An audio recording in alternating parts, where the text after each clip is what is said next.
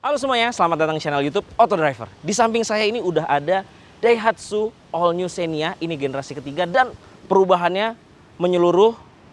Ini sekarang benar-benar baru, mukanya juga keren, sporty, tampangnya keren.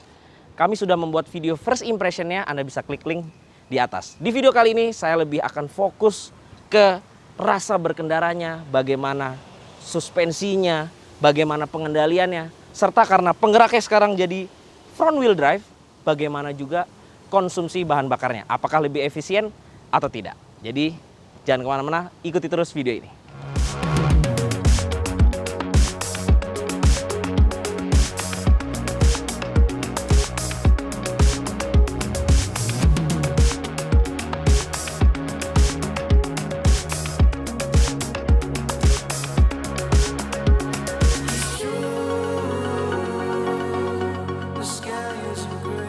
Nah, sebelumnya saya akan membahas sedikit tentang eksterior dan interior dari mobil ini. Depannya ini tampangnya agresif, sporty, dan terlihat atletis. Ini lampu depan sudah LED, yang tipe 1500 ini ada garis merah dari lampu ke grillnya sampai sini. Ada fog lamp di sebelah sini, ada kamera, ini kamera depan, ini jelas kamera 360, di spionnya juga ada kamera.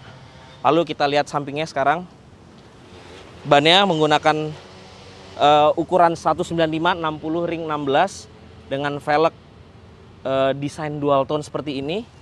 Ini dia spion, ada lampu seinnya dan dia juga sudah auto retract. Kamera di sebelah sini untuk citra 360 derajatnya. Nah, keseluruhan dimensi mobil ini lebih panjang, lebih lebar, tapi atapnya ini justru lebih rendah sehingga menimbulkan center of gravity yang lebih rendah, yang pastinya berpengaruh ke pengendaliannya. Nanti kita akan coba. Wheelbase ini juga semakin panjang. Di generasi ketiga ini panjangnya bertambah 100 mm atau sekitar 10 cm. Ini juga pasti dengan menambahnya wheelbase ini, pengendalian serta kenyamanannya akan bertambah. Dengan bertambahnya wheelbase tadi serta dimensi yang lebih besar, akomodasi yang ada di dalam juga pastinya lebih baik. Perubahan yang paling drastis yaitu pada bukan mesinnya, melainkan ke penggeraknya. Mesinnya masih sama. Yang ini 1500 cc menggunakan mesin berkode 2NR VE. Dan dia juga ada pilihan mesin 1300 cc.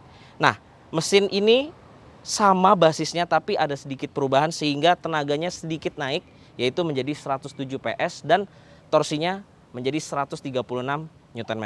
Tenaga tersebut disalurkan ke dua roda depan, bukan ke roda belakang lagi. Posisi gearboxnya berada di samping melalui dua pilihan transmisi, yaitu manual 5 percepatan dan otomatis CVT. Jadi ini adalah mesin yang lebih modern, transmisi yang lebih modern, dan penggerak yang lebih modern juga. Pastinya penggerak ini dipilih agar mendapatkan efisiensi bahan bakar yang lebih baik dan performa atau akselerasi yang lebih baik juga, karena penyalurannya tidak hilang ke belakang, jadi direct langsung melalui roda depannya. Berbicara soal harganya, mobil ini dijual dengan dua tipe mesin, yaitu 1300 cc dan 1500 cc. 1300 cc tipe paling basic dimulai dengan harga 190,9 juta rupiah, dan yang di samping saya ini tipe yang tertinggi 1.5R yang dilengkapi dengan ASA Advanced Safety Assist dengan harga 242,4 juta. Untuk varian lebih lanjut harganya Anda bisa lihat infografis di sini. Daihatsu All New Xenia generasi ketiga ini penggeraknya sekarang berubah nih. Yang sebelumnya RWD sekarang menjadi FWD. Memang ada kelebihan serta kekurangan dari masing-masing penggerak tersebut. Tapi di zaman yang modern dan kebutuhan customer, maka Daihatsu menghadirkan mobil dengan penggerak roda depan saat ini. Penggerak roda belakang kita bisa menghilangkan gardan, kopel yang ada di belakang itu yang bobotnya cukup berat. Itu sekarang bisa hilang dan sekarang penggeraknya jadi di depan. Di depan itu lebih praktis, lebih minim biaya perawatannya karena kita tidak perlu ganti oli pada gardan belakang. Jadi gardannya menyatu dengan gearbox yang ada di depan. Penyaluran tenaganya pun juga akan lebih instan dan yang pasti lebih efisien. Nah, bobot yang berat dari gardan, kopel yang ada di belakang itu bisa terkonversi jadi dimensi yang lebih besar serta akomodasi yang di dalam jadi lebih besar juga. Makanya mobil ini dimensinya bisa lebih membesar dengan hilangnya gardan serta kopel yang ada di bagian belakang situ. Nah, mobil ini beratnya lebih enteng daripada generasi sebelumnya. Tampilan agresif serta sporty nggak cuma ada di bagian depan dan samping, tapi ke bagian belakangnya juga. Ini lampunya juga sipit, keren, dan ini juga LED kombinasi. Dan di sini ada tulisan 1.5R, Dual VVT, I, dan CVT. Setelah di sini ada logo Xenia-nya. Sayangnya dia belum ada elemen pemanas kaca di belakangnya, tapi di sini ada third brake lamp di balik kaca. Sekarang kita lihat bagasinya. Nah, benar saja, ketika jok baris ketiga ini berdiri, di belakang ini masih ada space yang kira-kira bisa memuat 2 koper medium yang bisa diletakkan di sini. Jika di generasi sebelumnya baris ketiga tegak, tidak ada space lagi untuk bisa memuat koper, ini masih bisa memuat 2 koper medium di belakang sini. Di bawah sini ada tempat penyimpanan tertutup, ada untuk towing, dongkrak, dan kunci roda di sini. Ini akan bisa lebih safety menaruh barang ketika mobil ditinggal. Sekarang kita lihat bagian interior belakangnya. Oh ya, lupa satu lagi, dia juga sudah dilengkapi dengan antena Shark Fin.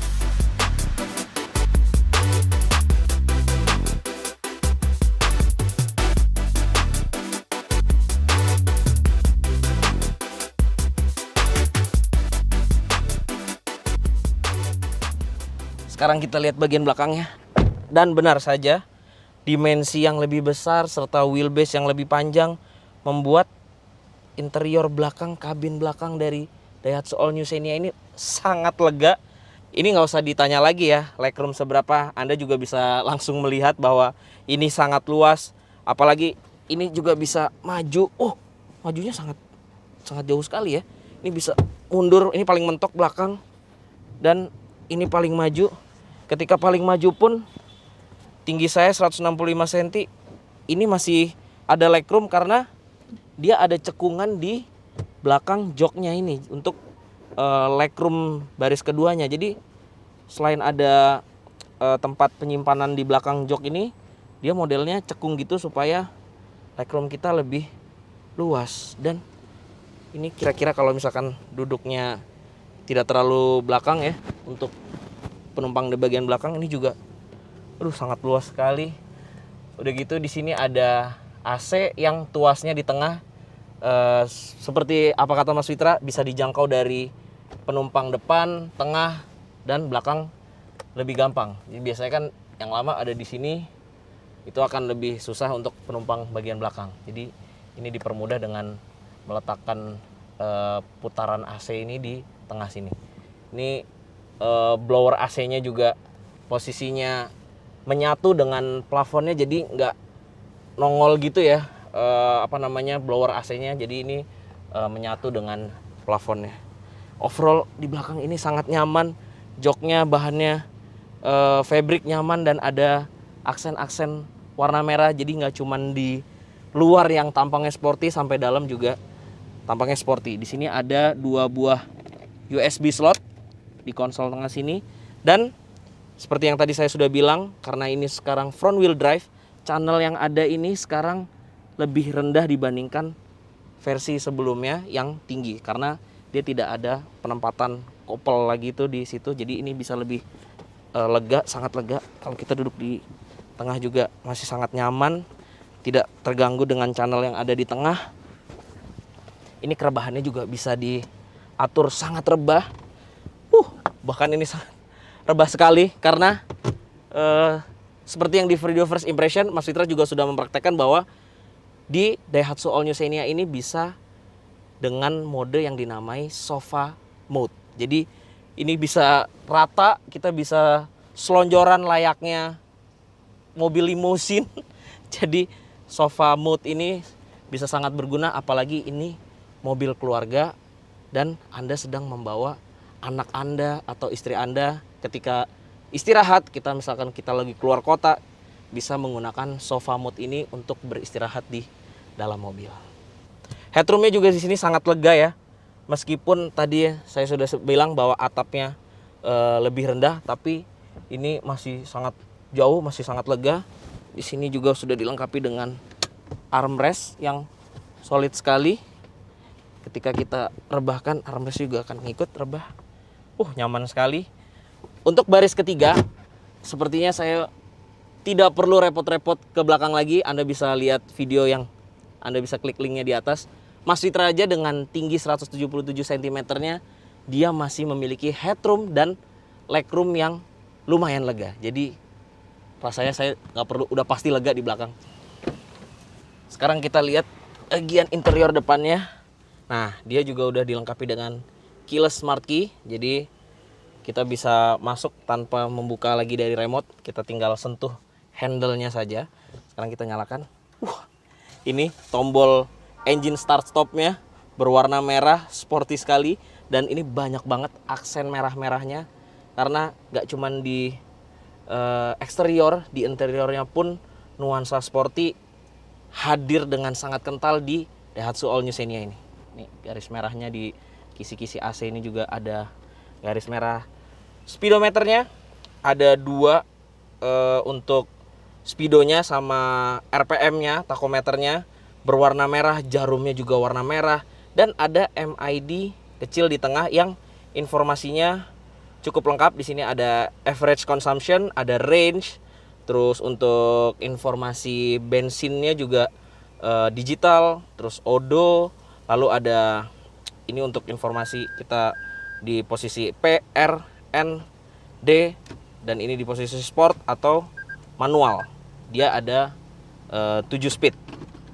Lalu dia ada average speed, lalu ada trip time, lalu ada jam, lalu ada, sudah itu saja informasi yang ada di MID-nya. Nah, AC-nya ini sekarang sudah digital. Memang dia bukan climate control ya.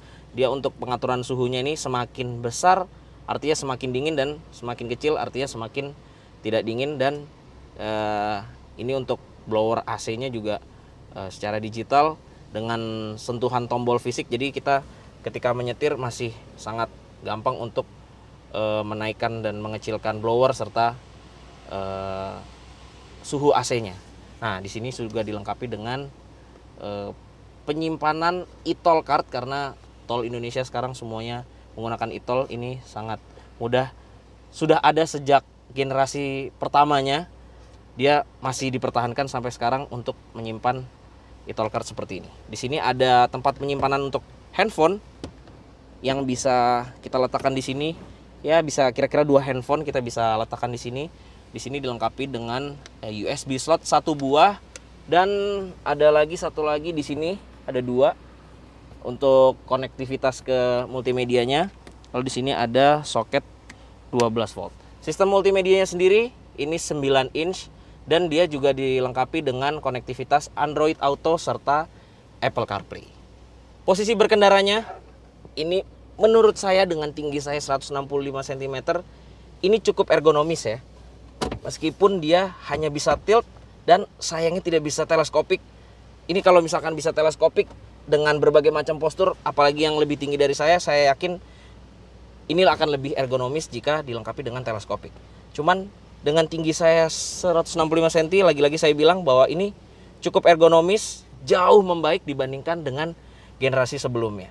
Untuk kepraktisannya, dia juga dilengkapi dengan cup holder yang ada di depan AC. Di sini juga ada, kita bisa meletakkan cup holder di sini. Minuman dingin, kita bisa meletakkan minuman di sini yang kena semburan AC-nya. Kita tahu Daihatsu memiliki AC yang sangat dingin, jadi ini bisa lumayan menjaga minuman dingin Anda. Di samping ada 2 cup holder di door trim, masing-masing 2, jadi ada 4 cup holder. Untuk trimnya memang tidak ada material empuk ya, memang di kelasnya wajar dengan material seperti ini. Rem tangan sayangnya masih menggunakan rem tangan manual. Lalu di sini, nah ini kameranya sudah kamera 360. Sayangnya dia tidak dilengkapi dengan guidance line. Tapi ada satu yang sedikit mengganggu menurut saya ketika kita sudah memasukkan ke gigi mundur gitu ya, ke R, dia akan tampilannya berubah ke kamera 360-nya, tapi dia nggak bisa balik dengan cepat ke sistem multimedianya. Jadi ketika kita mau membesarkan volume atau mau mengganti musik, dia akan menunggu beberapa detik dulu. Bahkan kalau kita pencet di sini nih, ada tulisan around view monitor, ketika kita lagi di kemacetan, dia tampilannya 360 tapi tidak bisa langsung dengan cepat kembali ke sistem multimedianya. Jadi kalau mau ganti lagu atau mau membesarkan dan mengecilkan volume, kita mesti tunggu beberapa detik. Nah, tapi meskipun di sini tidak ada guidance line di belakang ya, tapi ada serunya juga bahwa di MID-nya ini ada siluet mobil dan roda depan di Daihatsu All New Xenia ini. Jadi ketika kita belok, dia akan menampilkan citra di MID-nya ini bannya belok. Seperti ini, lurus, bannya lurus. Kalau kita belok ke kiri, dia akan belok ke kiri. Di sebelah kanan ini ada tombol untuk electronic stability control. Lalu ada ionizer. Ini lagi di zaman pandemi seperti ini, sangat berguna nih. Ionizer seperti ini yang sudah built-in ada di mobilnya. Lalu di sini ada tombol ASA, Advanced Safety Assist-nya, yang nanti saya akan jelaskan juga dan akan kita praktekkan langsung ketika impresi. Nah, sekarang gak usah lama-lama lagi, karena yang terpenting dari video kali ini adalah rasa berkendaranya.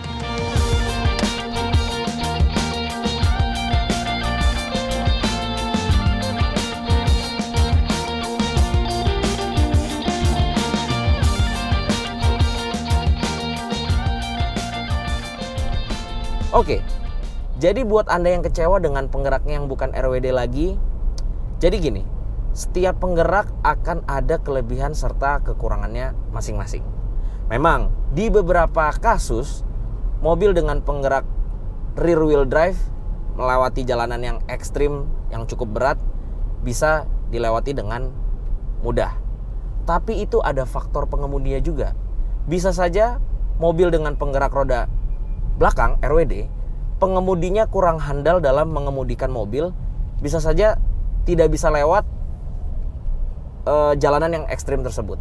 Atau mobil dengan penggerak roda depan tapi pengemudinya bisa sangat baik mengemudikan mobilnya, bisa saja melewati medan yang cukup ekstrim.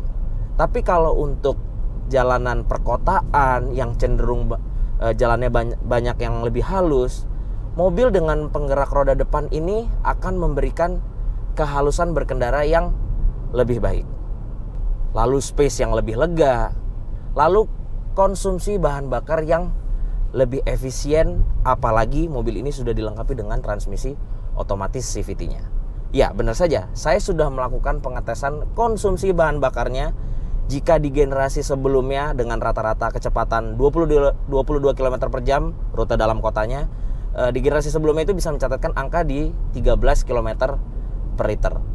Nah, di mobil ini saya bisa mencatatkan di angka 14,4 km per liter. Itu artinya angka yang cukup signifikan efisiensi bahan bakarnya ketika penggeraknya dipindah ke roda depan.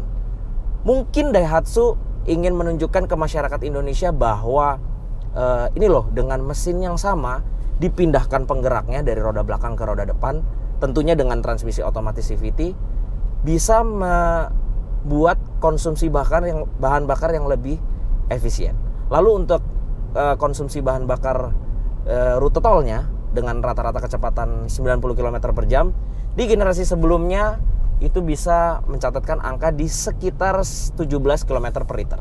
Nah, di Daihatsu All New Xenia ini saya bisa mencatatkan di angka 19,5 km per liter. Ya, lagi-lagi angka yang impresif dari penggerak yang sudah dipindahkan ke depan tadi membuat konsumsi bahan bakarnya lebih efisien. Lalu bagaimana orang yang tetap ngotot pengen Xenia itu RWD, dia mungkin belum bisa menerima dengan Xenia FWD. Oke, jadi Daihatsu masih menjual Daihatsu Xenia dengan penggerak roda belakang rear wheel drive, tapi bukan di model yang ini. Di model yang sebelumnya, di generasi yang kedua, masih dijual dengan pilihan mesin 1300 cc saja dan pilihan transmisi manual saja. Jadi ya untuk yang belum bisa menerima front wheel drive, mungkin Daihatsu Xenia 1300 cc dengan transmisi manual 5 percepatan tersebut bisa menjadi pilihan Anda. Tapi overall yang ini jauh lebih membaik konsumsi bahan bakarnya. Lantas, dimensi bodi yang membesar dan ground clearance yang bertambah biasanya membuat pengendalian akan lebih buruk. Rasanya tidak.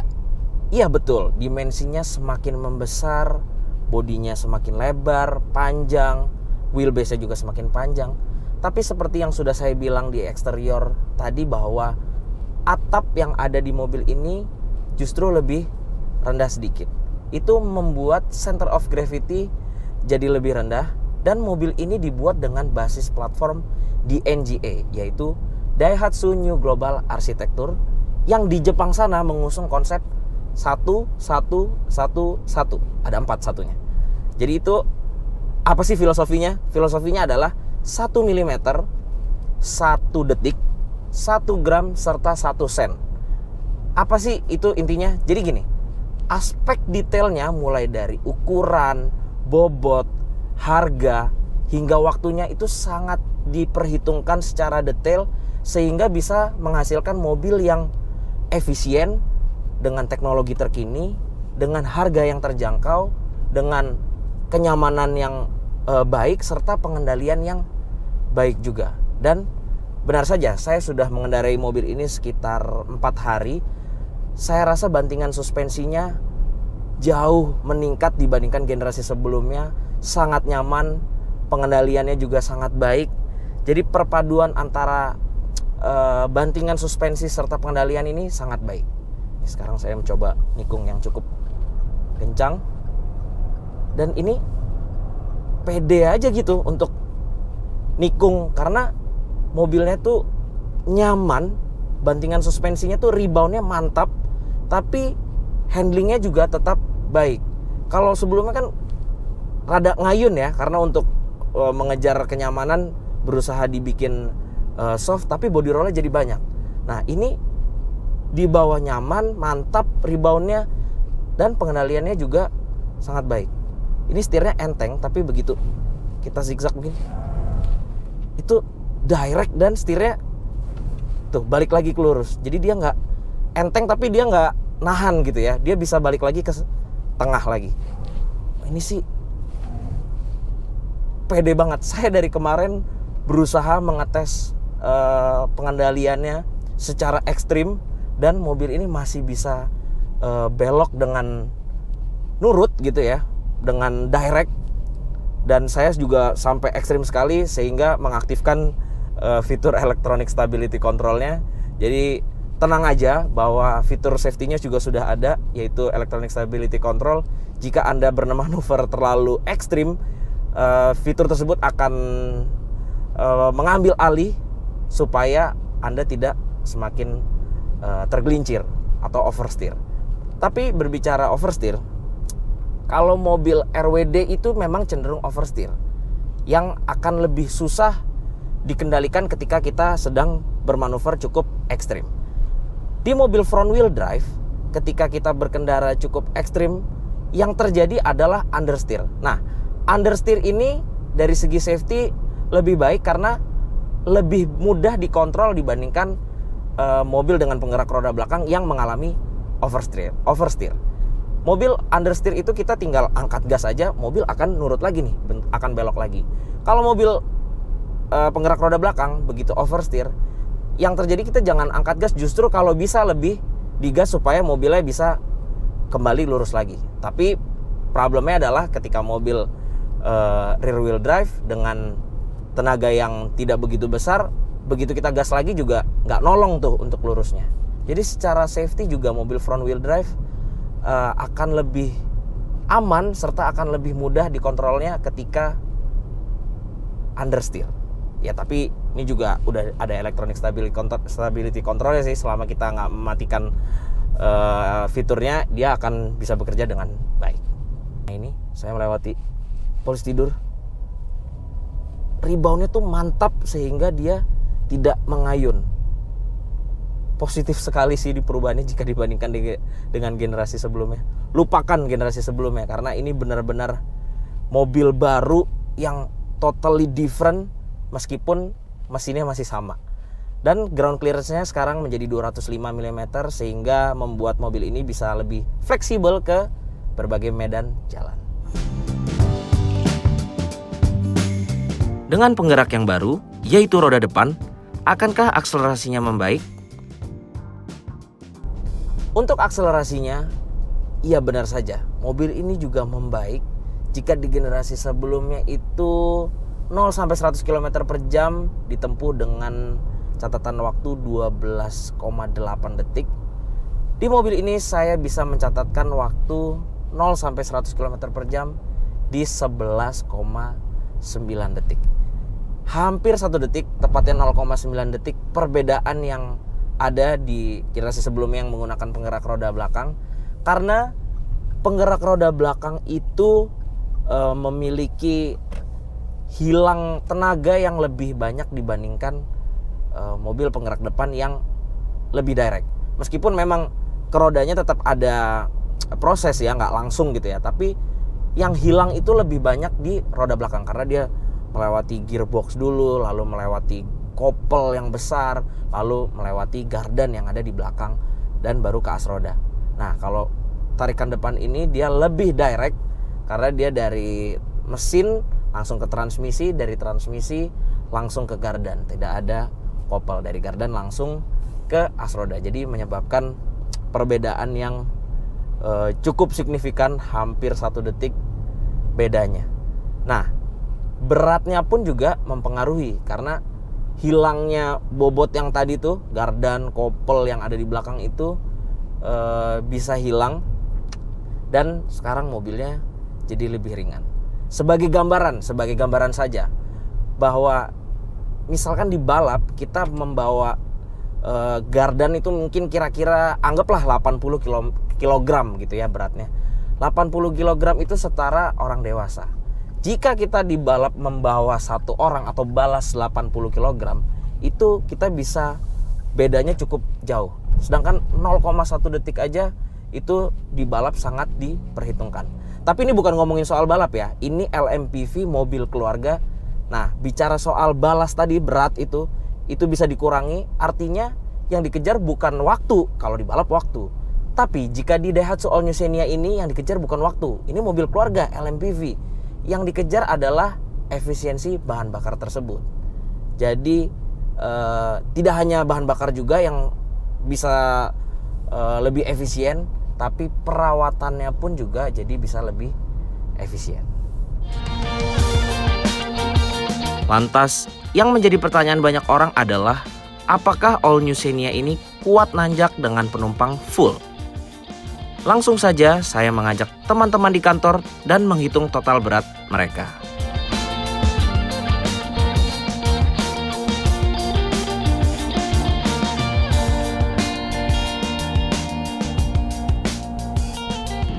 Oke, saat ini saya sudah mengetes dengan full penumpang, 7 orang penumpang. Dari tadi saya melakukan perjalanan, bantingan suspensinya masih nyaman dan ada ayunannya memang karena ya bobotnya juga bertambah. Total ada 7 orang dengan berat 552 kg. Tadi saya sudah mencoba nikung ke kanan, sekarang saya mencoba nikung ekstrim. Ini putar balik.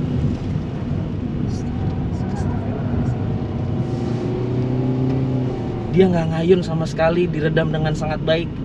Ya body roll memang masih ada, tapi buat nikung masih bisa ya, tapi nikungnya satu arah aja. Kalau dibuat zigzag begitu dia pasti akan mengayun dan cenderung bodi belakang itu mau nyusul pantatnya. Jadi buat Anda yang mau keluar kota untuk jalanan yang berkelok-kelok, kalau beloknya hanya satu sisi masih dalam kondisi aman, it's okay. Tapi kalau misalkan belok ke kanan terus ke kiri dengan kecepatan yang cukup tinggi, harap berhati-hati karena bisa saja mobil hilang kendali. Setelah merasakan bantingan suspensi dengan full 7 penumpang, kami langsung menuju ke tanjakan yang memiliki tanjakan cukup terjal.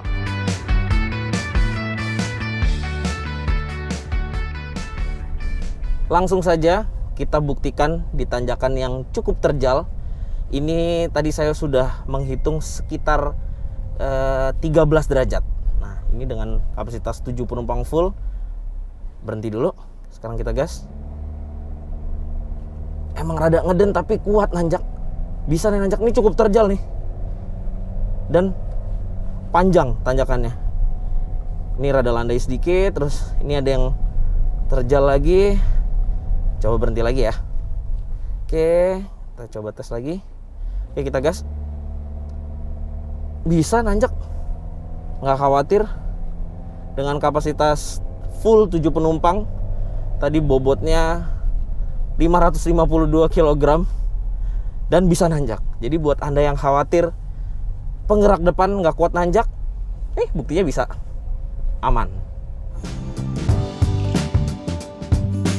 Mobil ini juga sudah dilengkapi fitur radar ASA yang sebelumnya sudah ada di Daihatsu Rocky. Iya, di mobil ini sudah ada fitur radar yang cukup canggih. Di sini ada kamera yang berguna untuk fitur radarnya. Ada ASA namanya, Advanced Safety Assist, yang meliputi pertama adalah Collision Warning Function. Jadi ini tuh dia akan memberikan warning di MID-nya ketika kita akan menabrak mobil depan.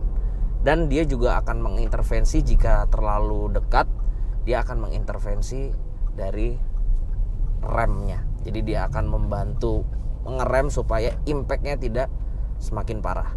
Lalu yang kedua adalah Leading Vehicle Departure Warning. Jadi ketika kita lagi di lampu merah, kita lagi keasikan ngobrol atau keasikan menikmati kenyamanan kabinnya Daihatsu All New Xenia ini, jadi kita akan diberikan notifikasi untuk segera melajukan kendaraan karena mobil depan sudah jalan. Lalu ada Hill Start Assist. Lalu yang selanjutnya adalah Lane Departure Warning seperti ini. Nah, dan ada Lane Departure Prevention. Selain dia memberikan warning tuh, di situ tulisannya LDW in operation, dia juga akan mengintervensi setir ketika kita melewati marka jalan tersebut. Lalu ada pedal Miss Operation Control. Fitur ini berfungsi untuk menahan mobil agar tidak meluncur bebas jika di depan ada halangan atau bidang padat. Tapi sayangnya mobil ini belum dilengkapi dengan fitur Adaptive Cruise Control serta Blind Spot Monitoring. Sayang sekali ya, meskipun tadi sudah ada fitur radar yang seperti itu, alangkah lebih baiknya jika ada Adaptive Cruise Control dan ada Blind Spot Monitoring. Tapi minimal mobil sekelas Daihatsu All New Xenia ini sudah memiliki fitur radar yang baik seperti yang tadi saya sudah sebutkan, dan akan membantu lagi tingkat safety-nya terhadap pengendara yang mengendarai Daihatsu All New Xenia ini. Lalu, bagaimana dengan kekedapan kabin serta visibilitasnya? Kekedapan kabinnya cukup baik, meskipun ya masih terdengar samar-samar suara dari luar, tapi ini jauh membaik dibandingkan generasi sebelumnya. Apalagi sama dengung dari suara gardan dan kopel di belakang itu benar-benar hilang, nggak ada lagi. Ya iya, karena sekarang udah front wheel drive, jadi dengungan suara gardan itu benar-benar hilang dan bisa sangat nyaman di kabinnya sekarang. Lalu untuk visibilitasnya ini juga sangat baik ya. Posisi dashboard ini lebih rendah dibandingkan kacanya, jadi kita bisa melihat ke depan dengan sangat jelas dengan kaca yang cukup besar, ke samping juga ini cukup besar, sangat jelas bisa melihat, bahkan ke belakang juga bisa terlihat dengan jelas visibilitasnya. Cuman ya itu sayangnya tidak ada elemen pemanas kaca di belakang. Jadi polos aja gitu kacanya. Bertambah panjangnya wheelbase serta menjadi penggerak roda depan, apakah radius putarnya jadi buruk? Ini masih cukup baik sih. Memang dia lebih besar dibandingkan sebelumnya. Sebelumnya itu 4,7 meter radius putarnya, dan di All New Xenia ini menjadi 4,9 meter. Tapi masih cukup enak untuk belok. Tadi Anda bisa lihat juga belok di jalan yang sempit cukup patah, dan termasuk salah satu yang masih terkecil di kelasnya.